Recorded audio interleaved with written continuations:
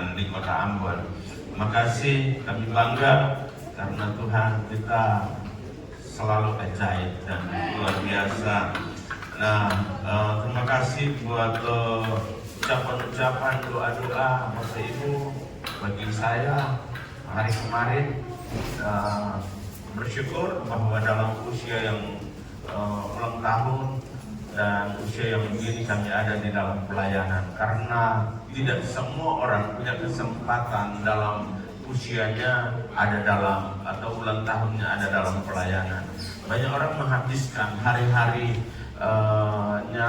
ulang tahunnya dalam hal-hal yang sia-sia. Tapi saya bangga dengan Tuhan karena Dia punya rencana dalam hidup saya. Puji Tuhan, Bapak Ibu Saudara yang kekasih. Dan pagi ini kita coba untuk lihat Yosua pada pasal yang ketiga. Dan sebenarnya satu bagian ini sampai ayat 17, tapi kita baca saja di mana Roh menuntun berhenti, kita berhenti. Ya, jadi Yosua pada pasal yang ketiga ayat yang pertama dimulai. Yosua bangun pagi-pagi, lalu ia dan semua orang Israel berangkat dari Sitim dan sampailah mereka ke sungai Yordan. Maka bermalamlah mereka di sana sebelum menyeberang. Setelah lewat 3 hari, para pengatur pasukan, ayat 3, dan memberi perintah kepada bangsa itu, katanya, segera sesudah kamu melihat tabut perjanjian Tuhan Allahmu yang diangkat para imam yang memegang suku Lewi, maka kamu harus juga berangkat dari tempatmu dan mengikutinya. Hanya antara kamu dan tabut itu harus ada jarak kira-kira 2000 hasta panjangnya. Janganlah mendekatinya. Maksudnya supaya kamu mengetahui jalan yang harus kamu tempuh. Ada yang belum tahu jalan yang ditempuh? Sebab jalan itu belum pernah kamu lalui dahulu. Berkatalah Yosua kepada bangsa itu,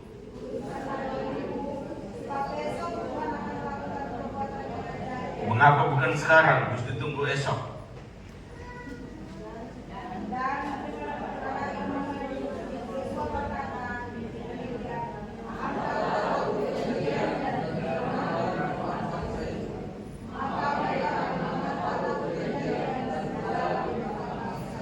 Haleluya. Stop sampai di situ. Bapak Ibu Saudara yang kekasih, saya pagi ini coba untuk membawa pikiran saudara dan kita akan lihat mulai melangkah dengan iman.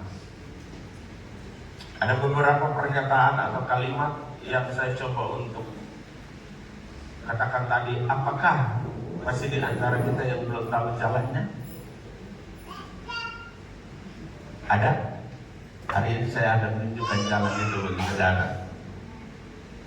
Tapi kalau yang sudah tahu, biarlah itu akan semakin meneguhkan hatimu dan kuatkan imanmu, supaya engkau bertindak hati-hati dalam seluruh perjalanan kehidupanmu.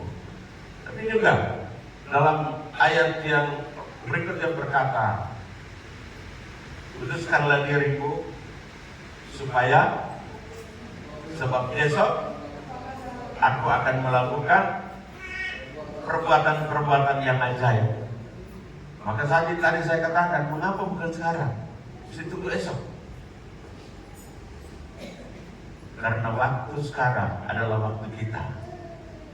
Waktu Tuhan kita belum tahu, tapi waktu Tuhan adalah waktu yang tepat bagi kita. Kenapa bukan sekarang? Kita harus membutuhkan persiapan. Kita harus membutuhkan persiapan untuk apa? Menguduskan diri. Karena bukan seperti membaling telapak tangan katakan kudus lalu kita langsung menjadi kudus. Tapi butuh waktu, butuh proses dalam hal itu. Baru kita akan lihat, berjalan bersama-sama dengan Dia, baru kita akan lihat pertolongannya akan nyata di dalam seluruh perjalanan kehidupan kita. Bapak Ibu Saudara yang kekasih di dalam Tuhan kita Yesus Kristus. Jadi mulailah melangkah dalam iman. kalau hari ini, kalau mungkin sampai hari ini masih ada di antara kita, Bapak Ibu, yang mungkin melangkah dalam langkah-langkahnya sendiri dan tidak bersama-sama dengan Tuhan dalam perjalanan kehidupannya, artinya bahwa mungkin sampai hari ini kita masih berjalan merasa kita masih mampu, kita masih kuat dan sebagainya, sehingga kita mengabaikan Tuhan, kita tidak mengundang Tuhan untuk bersama-sama dengan kita dalam perjalanan kehidupan kita. Maka Bapak Ibu Saudara yang dikasihi, hari ini saya ingatkan kita, saya mengingatkan kita, saya mau menolong kita supaya mari kita melangkah bersama-sama dengan Tuhan dalam iman perjalanan kita. Ada sebuah kisah di mana dalam Keluaran pada pasal yang ke-33 di mana ayat 1 dan seterusnya adalah Tuhan menyuruh Musa untuk harus menaik di padang gurun Hebron, dan kemudian saudara kekasih, mereka juga harus melewati sungai Yordan. Dan waktu itu Tuhan bilang kepada Musa bahwa Tuhan tidak akan bersama-sama dengan Musa dalam perjalanan itu, karena kalau dipaksakan maka ketika Tuhan lewat saja maka mereka akan mati. Artinya bahwa Tuhan akan membunuh mereka. Alasan Tuhan adalah karena mereka keras kepala. Alasan Tuhan adalah karena mereka tidak mau dinasihati. Sudah dinasihati berulang kali, sudah ditegur berulang kali, tapi tidak mengabaikan semuanya itu. Dan akhirnya Tuhan marah dan Tuhan bilang, kamu jalan sendiri. Tapi itu ada tawar menawar antara Musa dengan Tuhan. Dan kemudian Tuhan bilang, jangan, kalau aku lewat sedikit saja maka kamu akan mati. Tapi saudara kekasih, kemudian kita baca selanjutnya sampai di ayat yang ke-14, 15, maka Musa membuat sebuah pernyataan yang cukup tegas dan pada akhirnya itu mempengaruhi hati Tuhan. Berkata begini, jika engkau tidak bersama-sama dengan aku, janganlah engkau suruh aku berangkat. Bapak Ibu, dalam pengalaman perjalanan kehidupan kita, adakah di antara kita berkata, Tuhan, aku tidak mampu kalau aku berjalan sendiri. Tuhan, aku capek Tuhan, kalau selama ini engkau tinggalkan aku. Jangan Tuhan tinggalkan aku.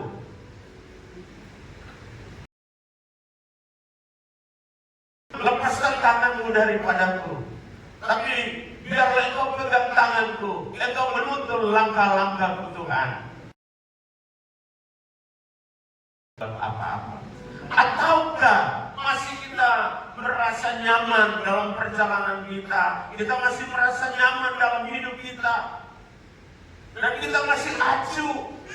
Kita jadikan polisi, jadikan Tuhan bagaikan polisi, di mana ketika kita ada punya masalah baru kita datang lapor polisi supaya kita minta pertolongan dari polisi, kalau bisa dia menolong kita menangani masalah kita. Apakah seperti itu? Dan ketika tidak ada masalah, kita ada dalam perjalanan yang nyaman. Ketika kita berlewatan dengan polisi atau baku lewat dengan polisi pun kadang kita kasih suara karena memang tidak ada kepentingan. Apakah kita juga seperti itu? Sikap kita seperti itu kepada Tuhan? Ketika kita punya masalah, ketika kita punya persoalan, ketika kita ditekan dengan berbagai-bagai keperluan kehidupan, baru kita datang, Tuhan tolonglah aku, Tuhan bantulah aku, Tuhan tolong sembuhkan aku, tolong lepaskan aku dari masalah ini. Apakah itu? Tuhan tidak butuh orang-orang yang punya sikap yang seperti ini. Tapi Tuhan butuh orang-orang yang punya relasi yang selalu terbangun dari waktu ke waktu. Dan Musa memahami bahwa tanpa Tuhan dia tidak akan bisa berbuat apa-apa. Janganlah suruh aku pergi jika engkau tidak bersama-sama dengan aku. Itu ayat 15. Ayat 14 pada akhirnya Tuhan bilang apa? Ayat 14 Keluaran pasal yang ke-33. Akhirnya Tuhan bilang apa? Lalu ia berfirman, Aku sendiri akan bersama-sama dengan engkau dan aku akan memberikan ketentraman kepadamu. Haleluya. Musa mengerti bahwa kalau dia berjalan sendiri, maka ketentraman tidak akan dia temui di dalam kehidupannya. Ketenangan dia tidak akan miliki dalam dirinya. Untuk itu dia butuh Tuhan, dan ketentraman dan ketenangan itu hanya datang dari Tuhan. Jangan cari di tempat lain, Bapak Ibu Saudara. Carilah Tuhan, engkau akan mendapatkannya. Carilah Tuhan, engkau akan dipuaskannya. Bapak Ibu Saudara yang kekasih di dalam Tuhan Yesus Kristus, mari kita lihat selanjutnya. Iman yang membawa orang percaya memiliki apa? Keberanian untuk melangkah. Kalau takut, mundur. Alkitab berkata, jika kita takut, maka akan kecillah kekuatan kita. Itu berarti dalam iman pun kita harus berani untuk melangkah. Bukan cuma berani tinggal di tempat, tapi harus berani melangkah, berani bertindak. Karena iman tanpa perbuatan itu adalah mati. Nah, jadi Bapak Ibu Saudara yang dikasih, iman yang benar, iman yang relevan adalah iman yang berani melangkah meskipun ada tantangan di depan kita.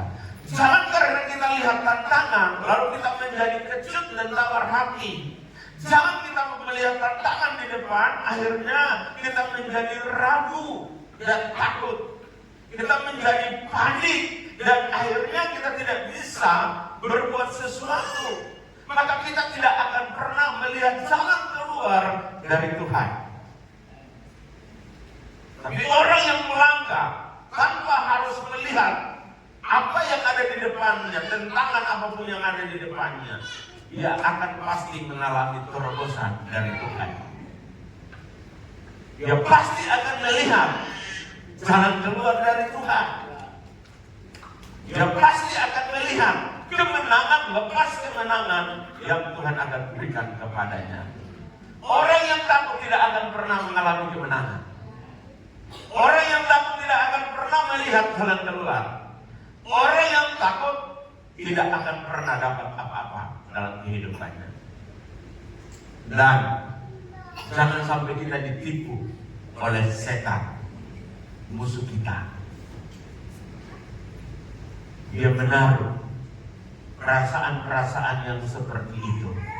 Rasa takut, rasa tidak percaya diri, rasa khawatir, rasa ragu-ragu, dan sebagainya, dan sebagainya.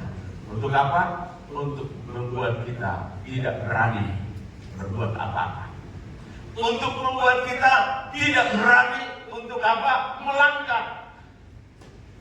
Ketika tujuan di depan belum bisa terlihat dengan jelas atau pasti, Yosua mengajarkan kepada kita bahwa iman membangkitkan keberanian untuk harus melangkah.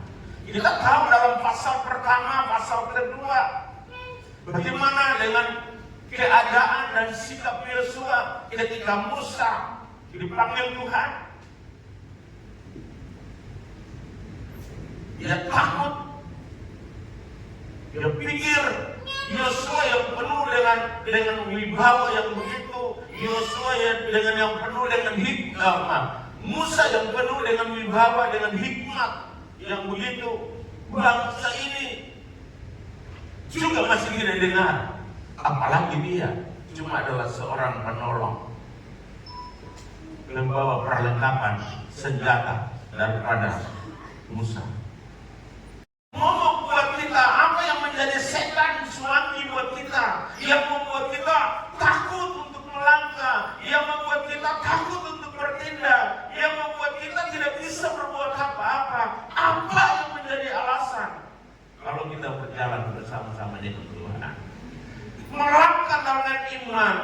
artinya kita melangkah bersama-sama dengan Tuhan. Kita beriman bahwa kita berjalan bersama-sama dengan Tuhan. Dan selalu libatkan Tuhan dalam perjalananmu.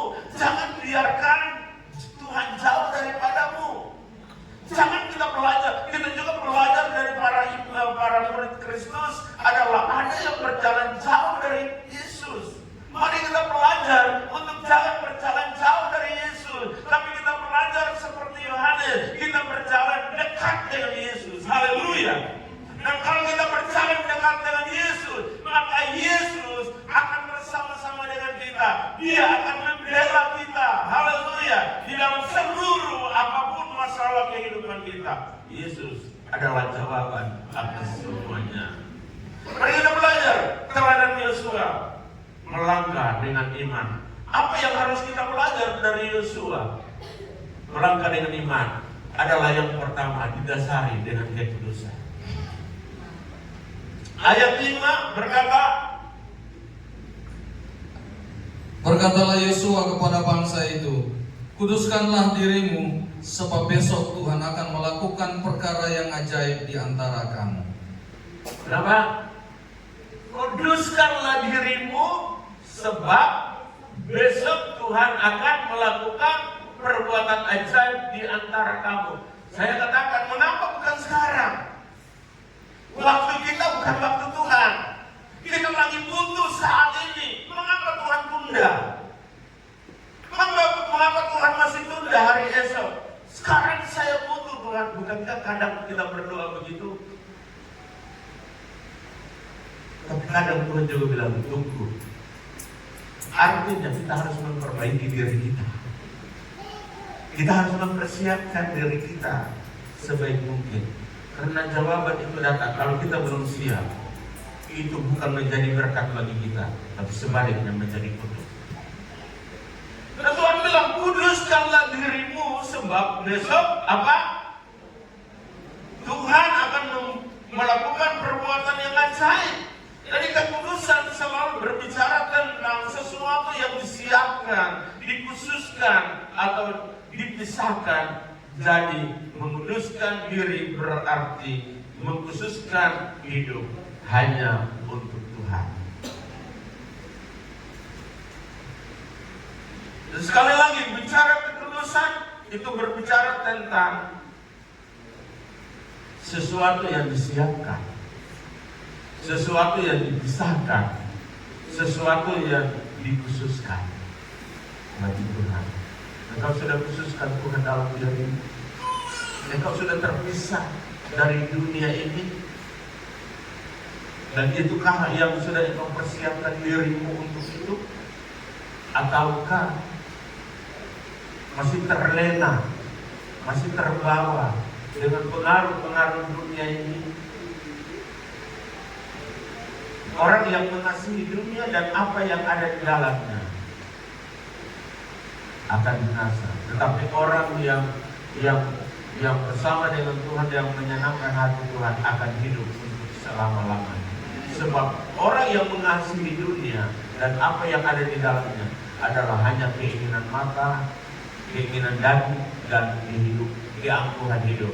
Semua itu akan lenyap dengan dunia ini. Tapi orang yang mengasihi Tuhan akan hidup untuk selama-lamanya. Jadi mari Bapak Ibu, persiapkanlah dirimu sebaik mungkin supaya engkau melihat jalan-jalan yang disiapkan Tuhan bagimu. Engkau mengalami pertolongan Tuhan yang Tuhan akan lakukan dalam hidupmu.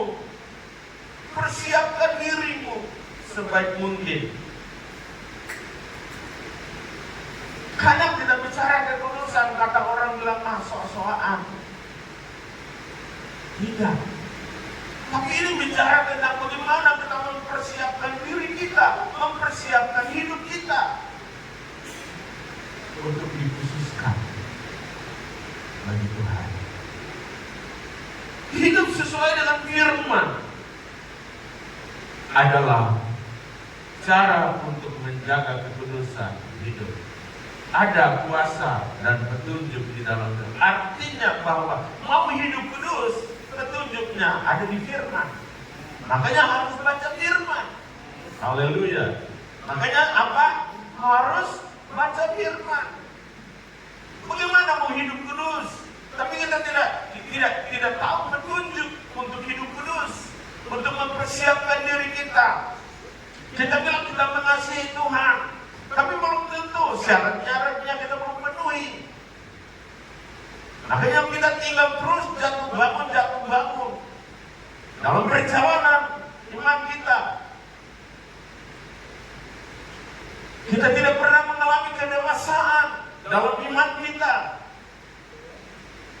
karena tidak ada pertumbuhan dalam iman kita.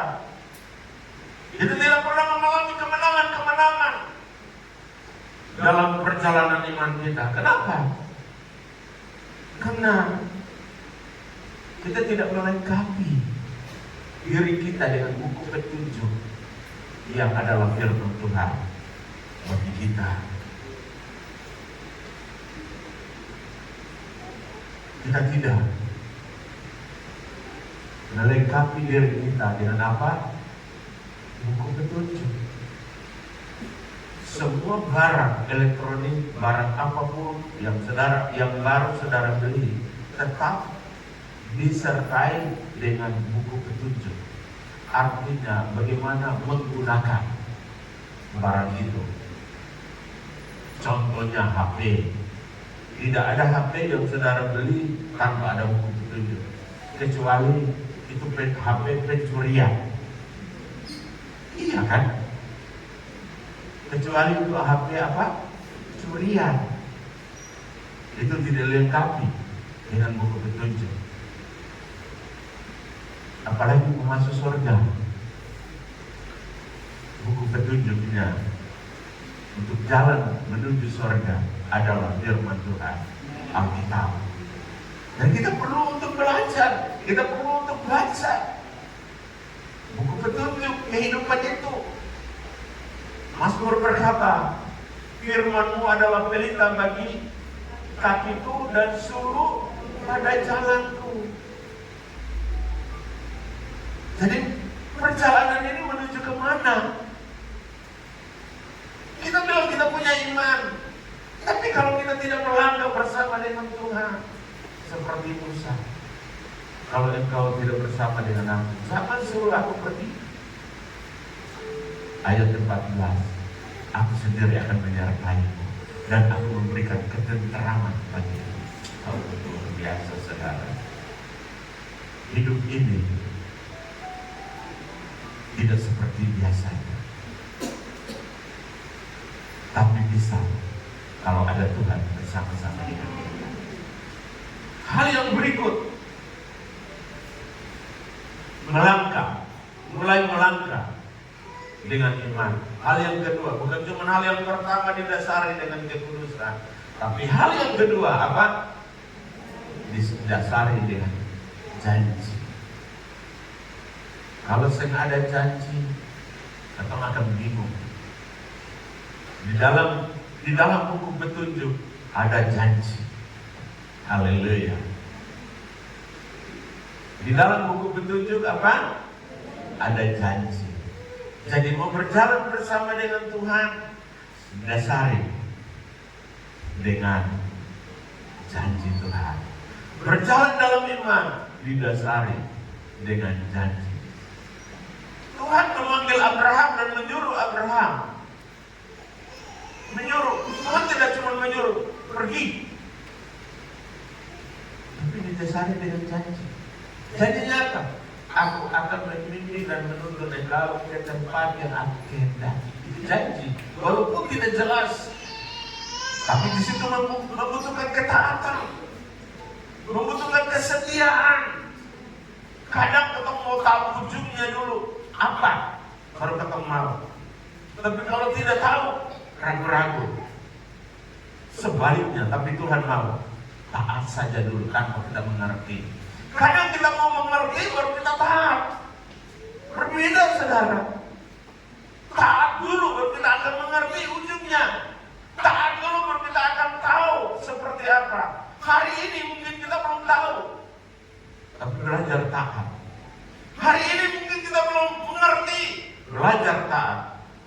hari esok pasti Tuhan akan tunjukkan kepadamu. Mengapa sampai engkau disuruh taat? Bapak Ibu Saudara terkasih, ayat yang ke-7 berkata, Dan Tuhan berfirman kepada Yosua, pada hari inilah aku mulai membesarkan namamu di mata seluruh orang Israel, supaya mereka tahu bahwa seperti dahulu aku menyertai Musa, demikianlah aku akan menyertai engkau. wow, luar biasa. Jadi Tuhan berjanji kepada Yosua bahwa penerus Musa itu akan menjadi apa? Besar dan berada di dalam penyertaan Tuhan. Jadi kalau kita ingin untuk melihat terobosan lepas terobosan baru di dalam kehidupan kita, maka mari saudara berjalan bersama Tuhan di dalam janji-janjinya. Dia tidak pernah berbohong. Dia tidak pernah berdusta. Dia pasti akan cepat menepatinya. Tuhan tidak akan lalai menepati janjinya. Menjadi dasar yang penuh kepastian bagi janji-janjinya yang lain. 2 Petrus pasal 3 ayat 9 begini berkata, Tuhan tidak lalai menepati janjinya sekalipun ada orang yang menganggapnya sebagai sebuah kelalaian. Tapi Tuhan tetap setia untuk menuntun kepada pertobatan. Mungkin janji Tuhan yang engkau minta kepada Tuhan, engkau belum terima, engkau belum dapat. Dan mungkin engkau berpikir Tuhan itu tipu, Tuhan itu tidak betul. Masa Tuhan berjanji buat saya, tapi kau belum datang. Dengar, engkau mungkin berkata Tuhan tidak benar. Bukan Tuhan tidak benar, kau yang belum benar. Karena Tuhan mau kau bertobat betul. Saya ada amin. Karena Tuhan mau supaya apa? Kita bertobat. Karena kesetiaan Tuhan adalah menuntun kepada pertobatan. Sekalipun itu dianggap sebuah kelalaian, tapi dia tetap setia dalam menepati janjinya. Dia tidak pernah berdusta. Jangan melanggar karena dasar-dasar lain yang rapuh dan palsu di dalam kehidupan saudara. Sekedar percaya diri, pede, itu bagus. Kita pede, percaya diri itu bagus. Tapi kalau pede tanpa sebuah dasar yang benar, sia-sia. Ujungnya kita akan kecewa. Ujungnya apa? Kita akan kecewa. Tapi kalau kita melangkah dalam dasar yang benar, sesuai dengan firman Tuhan, sesuai dengan janji Tuhan, pasti akan mendatangkan sukacita. Saudara yang kekasih di dalam Tuhan kita Yesus Kristus, dengan kata lain, jangan andalkan diri kita. Jangan andal dengan modal percaya diri lalu cukup lalu andalkan diri. Tapi andalkanlah Tuhan. Alkitab berkata, diberkatilah orang yang mengandalkan Tuhan. Tapi terkutuklah orang yang mengandalkan kekuatannya dan kekuatan manusia.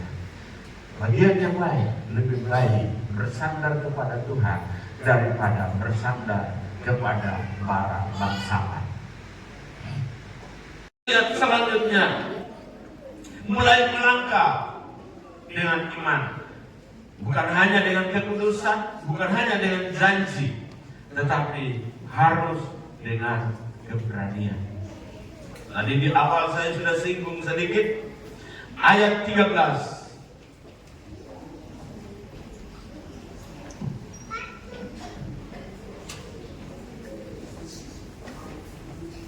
Ayat 13. Maka sekarang jika aku kiranya mendapat kasih karunia di hadapanmu, beritahukanlah kiranya jalanmu kepadaku, sehingga aku mengenal engkau, supaya aku tetap mendapat kasih di hadapanmu.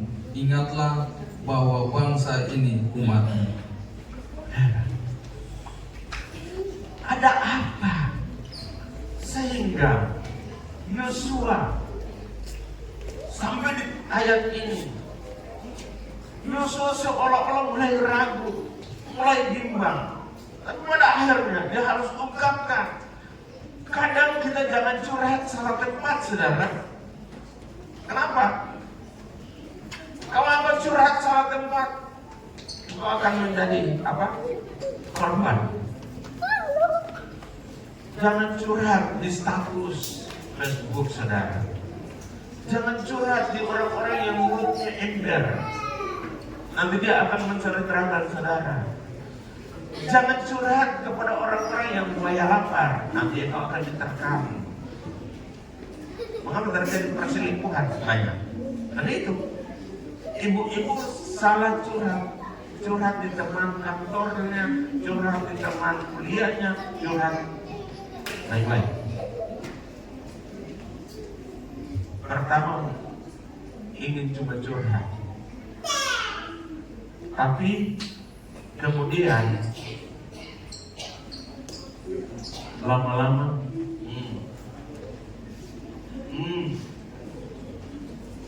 cuma aku bisa bilang apa cuma nah itu.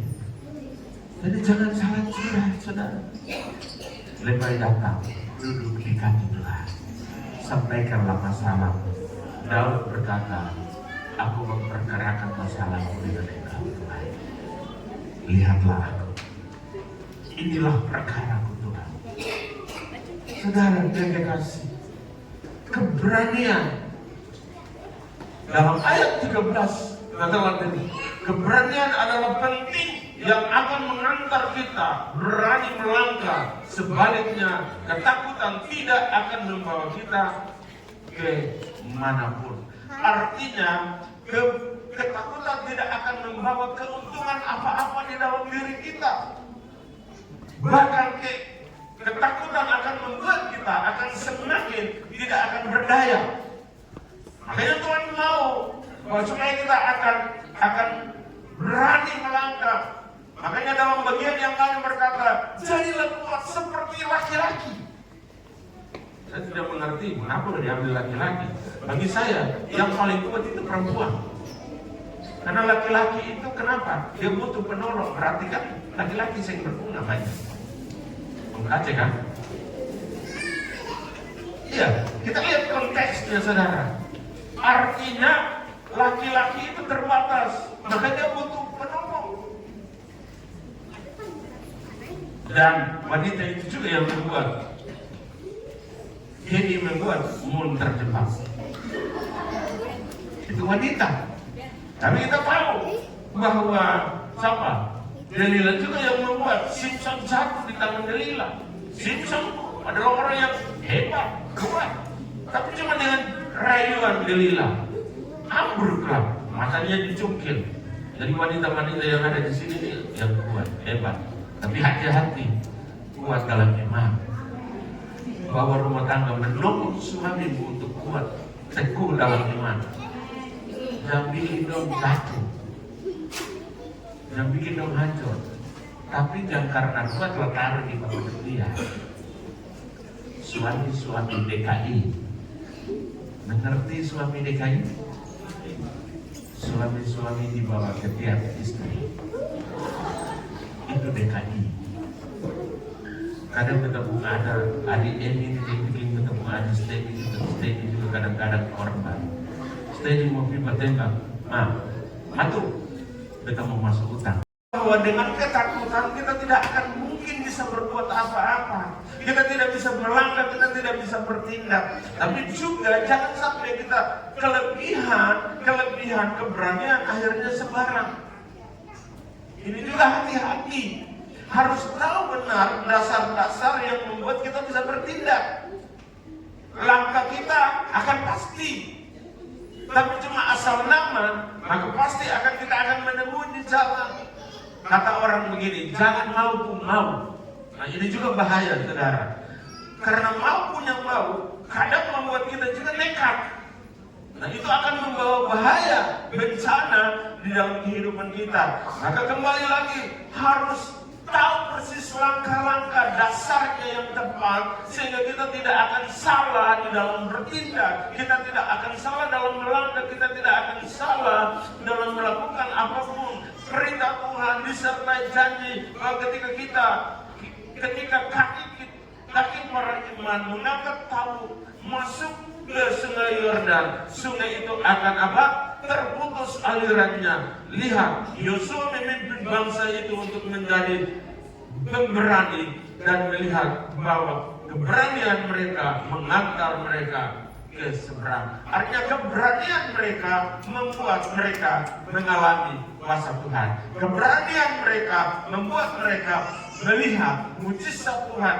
Dan saudara yang kekasih di dalam Tuhan kita Yesus Kristus. Jadi kadang kita diperhadapkan, kita ada di persimpangan jalan, kita ada di dalam situasi-situasi yang sulit, dibutuhkan keberanian oleh kita. Tapi keberanian harus didasari dari kebenaran yang sesungguhnya, dan pasti akan membuat terobosan dalam kehidupan kita, pasti akan membawa jalan keluar yang terbaik di dalam kehidupan kita. Sehingga seperti Keluaran pada pasal yang ke-33 ayat 14 berkata, aku sendiri akan menyertai kamu dan memberikan ketentraman kepadamu. Tuhan akan tolong kita, Tuhan akan campur tangan dalam kehidupan kita di hari-hari yang akan datang, supaya kita mulai hari ini melangkah bersama, mulai melangkah dengan iman kita, dan kita akan lihat hal-hal baru yang Tuhan akan kerjakan, hal-hal baru yang Tuhan akan lakukan di dalam setiap kehidupan kita. Dan setiap hari pasti kita punya pengalaman dengan Tuhan. Tuhan akan berkati kita. Bapa di dalam surga, kami datang di hadapan-Mu Bapa dengan sungguh penuh mengucapkan syukur. Kami bangga dengan Engkau karena firman-Mu selalu baru bagi kami. Firman-Mu selalu menuntun kami kepada rumput yang hijau dan kepada air yang tenang. Firman-Mu selalu memberikan pedoman-pedoman kehidupan yang baik bagi kami, Tuhan. Terima kasih hari ini kami ada di saat ini. Dan sebelum kami makan dari perjamuan kudus, dari tubuh dan darah-Mu, kami bersyukur firman-Mu telah datang bagi kami, bahwa kami harus mulai melangkah dengan iman. Kami mulai melangkah bersama dengan Tuhan, dan kami akan lihat perkara-perkara besar akan terjadi, di mana Tuhan kami harus didasari dengan kekudusan. Kami harus